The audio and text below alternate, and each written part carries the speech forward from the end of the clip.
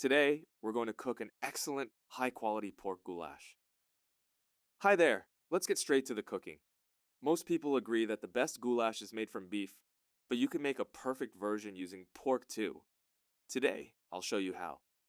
I'm making enough for 4 people, which means using about 1.1 pounds, 500 grams of meat. For this amount, I'll need 3 medium sized onions. First, peel them and chop them finely.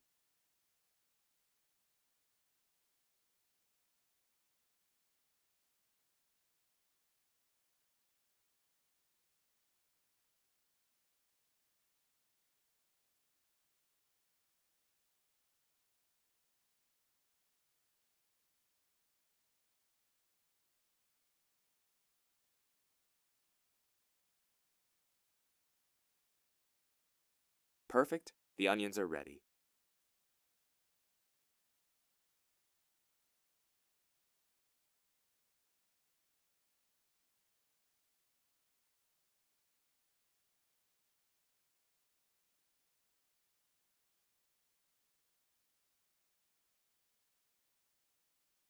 Now let's start sauteing. Put some fat into a hot pan. I use lard, but vegetable oil works just as well. Add the onions and let them cook.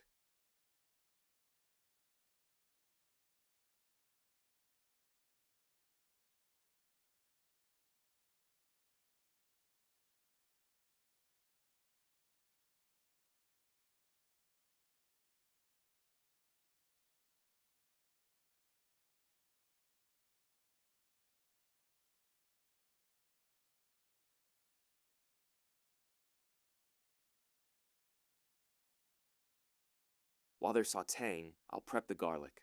2 cloves are plenty for this amount. Just peel them and toss them in whole. There's no need to chop or crush them. They'll completely break down during the long cooking process. Give the onions and garlic a stir and let's move on to the meat. Like I said, I'm using about 500 grams of pork, specifically leg, but you can use shoulder or even pork neck if you prefer it a bit fattier. Cut the meat into cubes about an inch thick. While I was cutting the meat, the onions finished sauteing.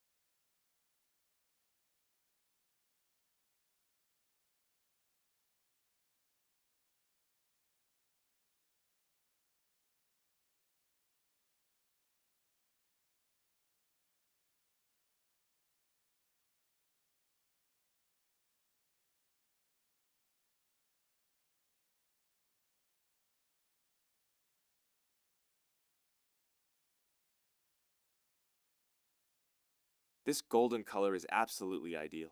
Just make sure you don't burn them.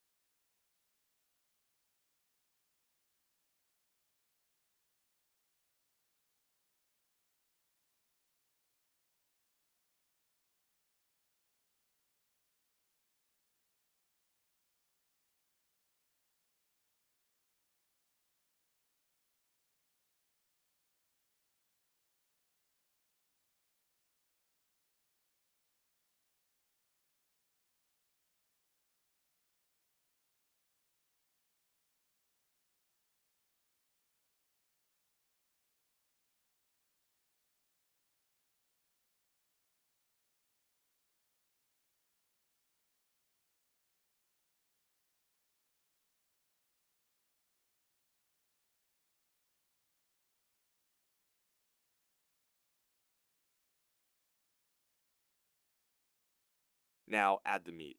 Saute it until it loses its red color and turns slightly brown.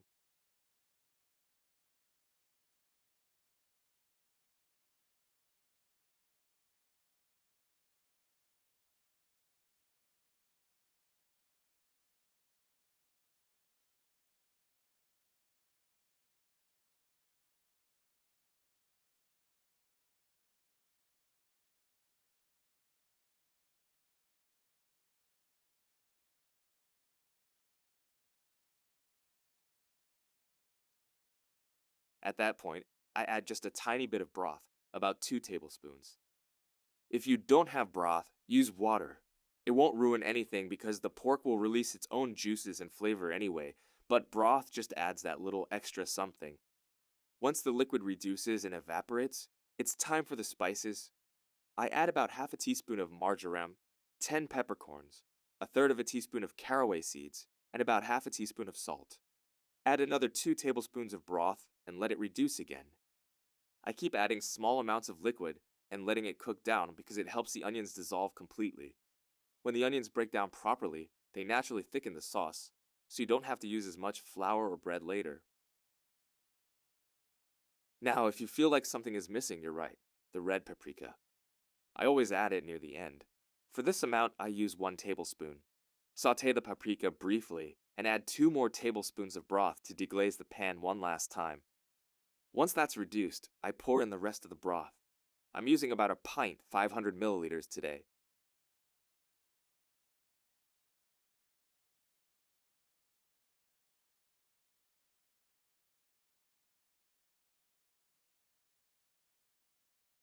I'll also add a little extra water to make sure there's enough sauce, as some will evaporate during cooking.